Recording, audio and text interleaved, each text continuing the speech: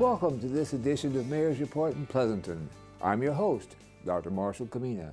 Joining me today is Mayor Jack Balch from the city of Pleasanton, and we look so much forward to seeing you today. Oh, thank you for having me. I'm very excited to be here. You always have wonderful topics, and I wonder, what might you like to cover in Mayor's Choice first? Thank you for asking. So it's our first taping of the new year, and I don't want to date it, but I'm personally taking a bit of a Happy New Year victory lap, I think, for Pleasanton.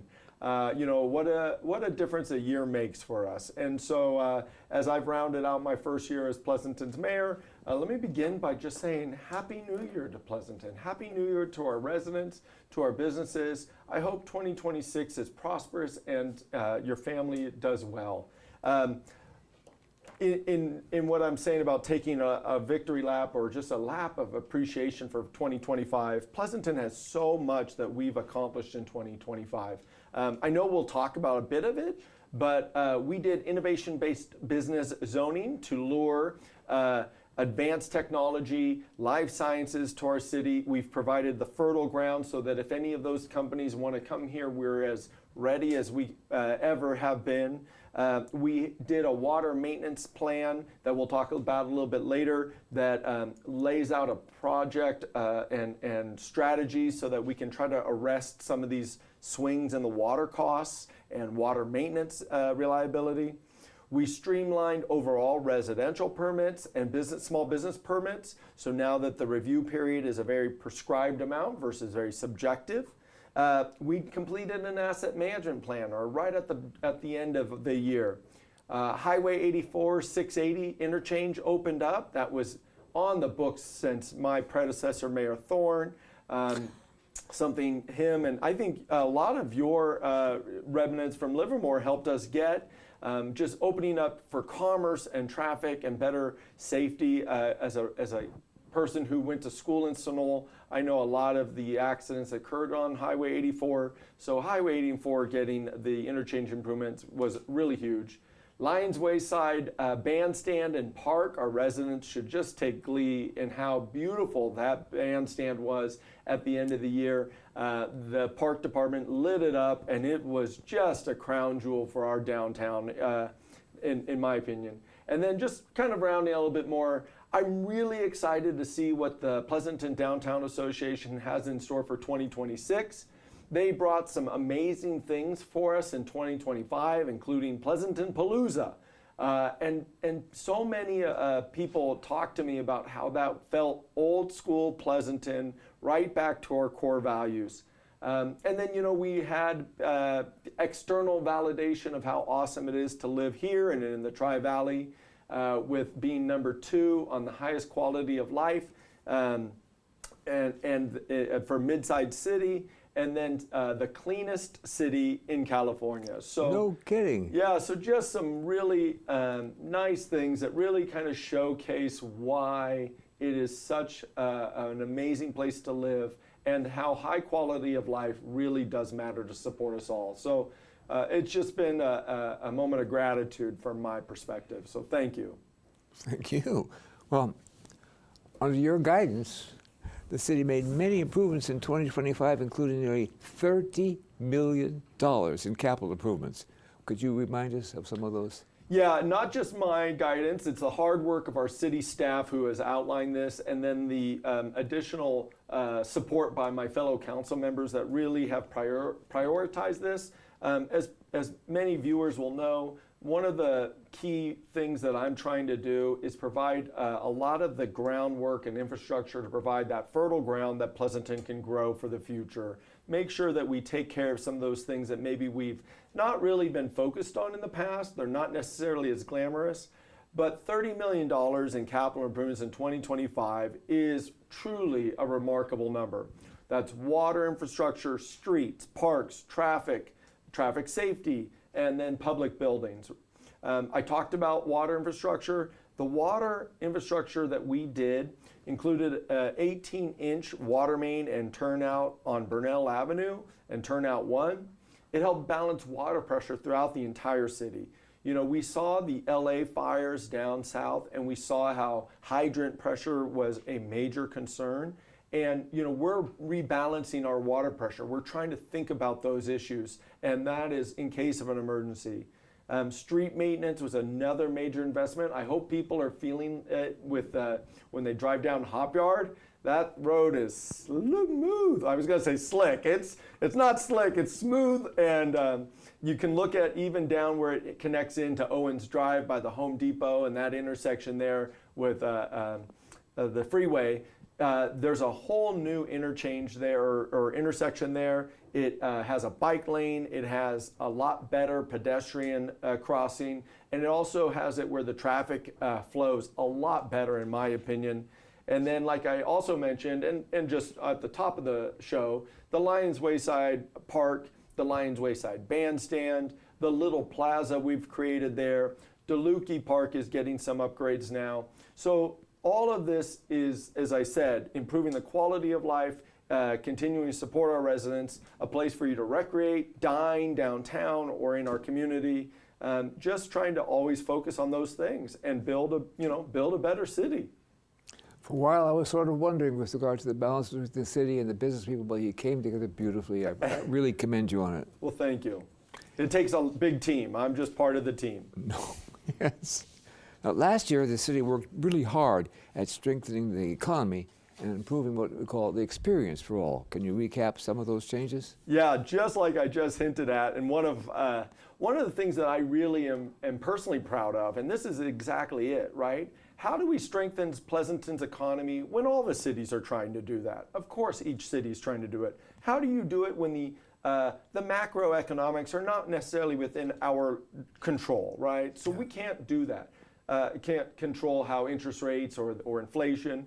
But what we really can do is provide the process so that when you're a business trying to locate somewhere, we are attractive. We are an attractive place to possibly have locate your business. And our schools provide obviously a huge and tremendous amount of support to do that with how that is.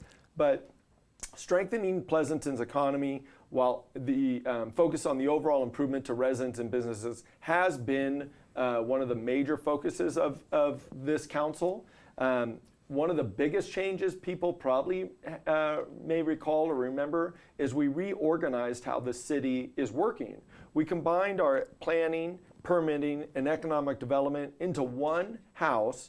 And what we've tried to do is make it easier for people who need a permit to navigate through the Pleasanton process. We don't want it to be a burden. We want it to be supportive. White glove service, if we could afford it, right? I mean, everyone wants customization, of course.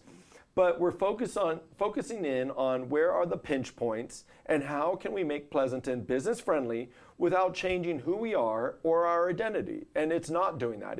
It's looking at, keeping us the way Pleasanton is, but also understanding that businesses are vital to providing the services we want, the tax base and revenues to support our parks and green space and open space. And frankly, as every sports team looking for a sponsor wants, a local business that's able to be part of the community, full circle. So I'll just mention a few other things.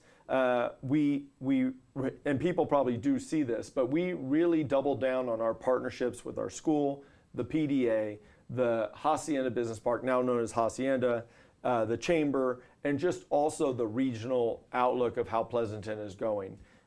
We, as I said, already streamlined permitting and small business development through this new department, and we're really focused on, for 2026, what can we do, again, to be the attractive place to live, work, and play. So I'm excited. Thank you for that information. We're going to take a short break. We'll be right back on this edition of Mayor's Report Pleasanton in just a moment.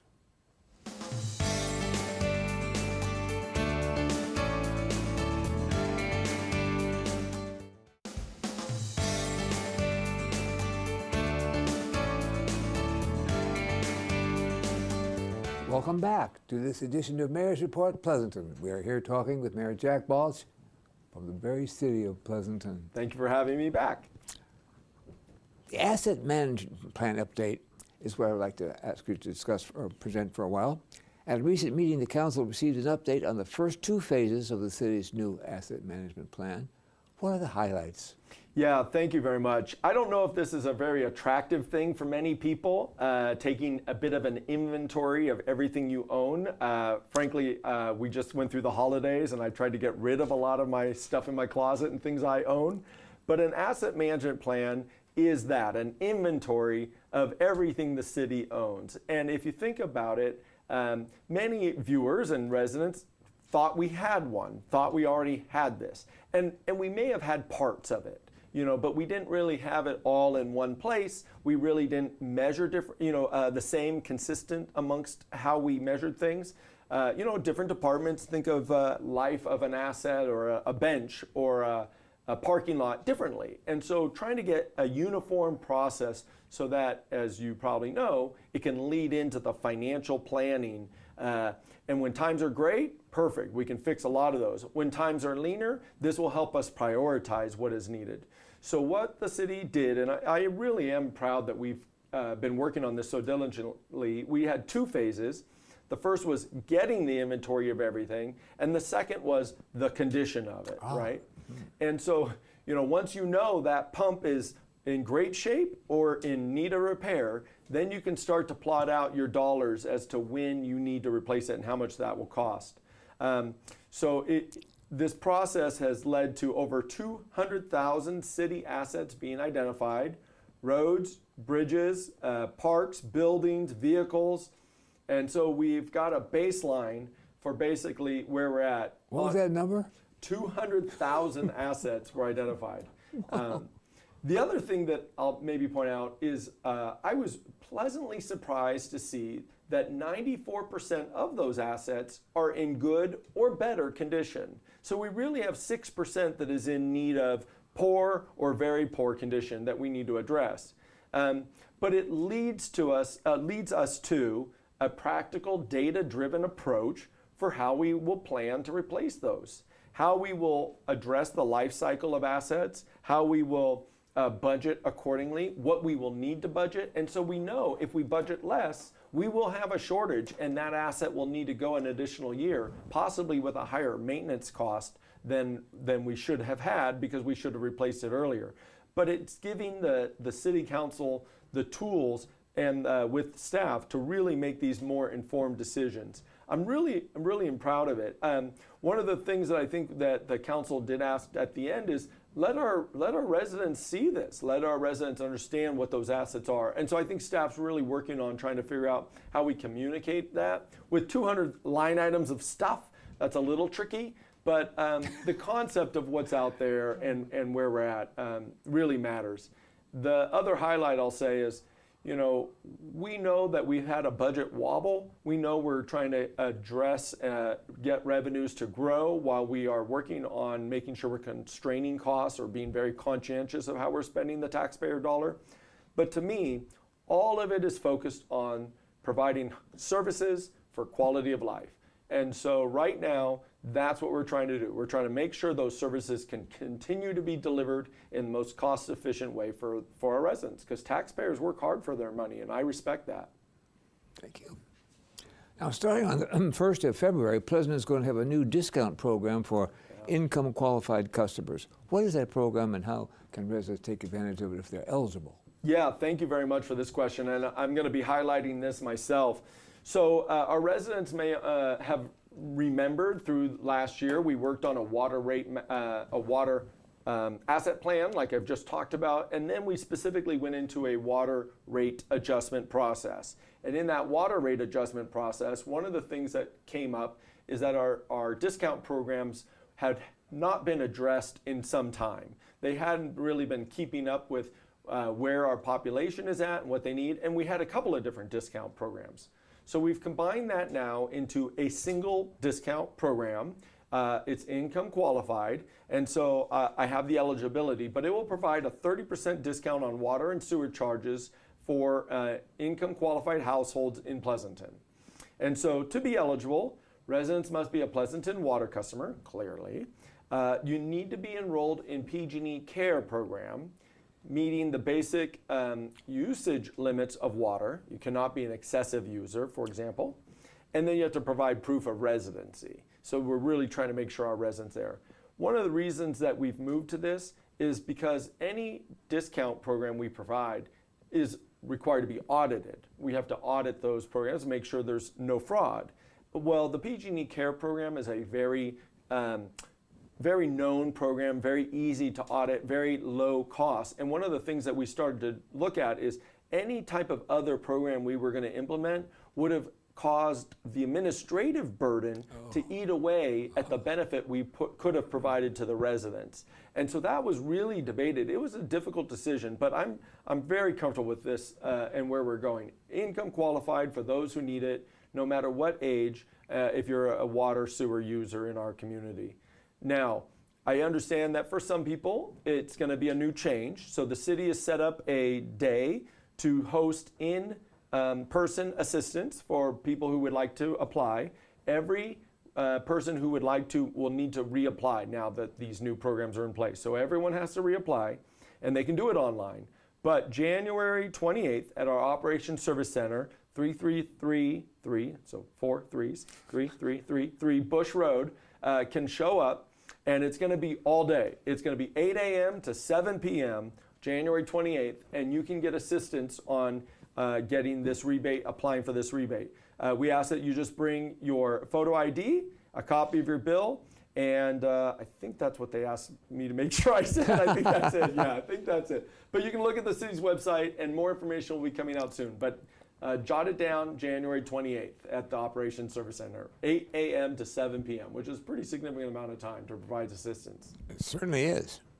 Now, the city is again bringing the community together by honoring some of the rich cultural traditions of our residents. Can you tell us about some of these free events that are being prepared? Yeah, this is the part where, we talk about finance and budgets and asset management, and it is still all for the community. It is all for quality of life and the individual. So when we celebrate our diversity of Pleasanton, it's just like, it just lights me up. So I'm pretty excited. We start off the whole year, and one of the first ones to go is the Lunar New Year celebration. That'll be on February 14th. It is the Year of the Horse. The Year of the Horse. The Year of the Horse. So I'm pretty excited. That will be available. And then we're going to have the Pleasanton Cultural Celebration Series continue on. People probably remember this from last year. It highlights different cultures, heritage months, through live performances, storytelling, crafts, and activities designed to be accessible by all ages. Typically, it's out of the library or the senior center, but you'll see as they approach where they will be at. I want to mention that the city will also be hosting Black History Month later on, and then AAPI Heritage Month will be in May. Again, each event is focused on bringing community together, celebrating diversity, family-friendly, and focus on the education, connection, and shared experience of humanity. So some of the best. Well, just to make sure that you don't get lazy, you're going to be going to Washington, D.C. soon for the Mayor's Conference. That's a wonderful event, as I'm sure you know. Would you tell us a bit about that trip and any other events you'd like us to know about? Yeah, so thank you very much. It's a true honor to be able to serve as Mayor of Pleasanton. And one of the things that I've started to realize in that role is it's really important that we make sure we communicate our needs to those in Washington, because we don't want to be left out, is a summation, a quick summation. So I'm actually I'm very happy that the mayors do this. It's the 5 mayors from the Tri-Valleys. So we bring Danville, San Ramon, Dublin, Pleasanton, and Livermore. And the advantage of the 5 mayors going as a coalition cannot be understated in any way. We first have a variety of experience between our mayors in the Tri-Valley. We've got Newell Arnich in Danville now, and we've got John Marchand in Livermore, and they just bring such a wealth of experience and knowledge to the group. And then you have other perspectives brought on by myself, Sherry Hu, and Mark Armstrong. And so it's such a great way to represent 350,000 people with a unified voice, because we do have shared values in common. So we consistently try to raise the need for Valley Link, to provide some relief on 580 between us and San Joaquin County. We continue to talk about freeway interchanges and expressways that can be improved. Climate resilience, as many know. For Pleasanton, PFAS-related water concerns continue to be something we elevate, and housing affordability. But the other one that's now clear and present to us after, again, the LA incident is emergency preparedness. What can we do? And advancing safety for our residents. How do we continue to make them safe, both in the nuance of the national news, but also just safe from everyday property crime? So all of those issues get raised up, and as a coalition, they are amplified. And I think this trip really is one of those that benefits our residents more than known or maybe experienced in the past. So I'm very much looking forward to it. Oh, that was one of the highlights of the time Yeah. I was to it. Really exciting. Really exciting, yeah. Thank you for being here today with us, and thank you for watching this edition of Mayor's Report Pleasanton. Join us for the next episode of Mayor's Report right here on the Tri-Valley TV. I'm Dr. Marshall Kamina, and I thank you for joining us.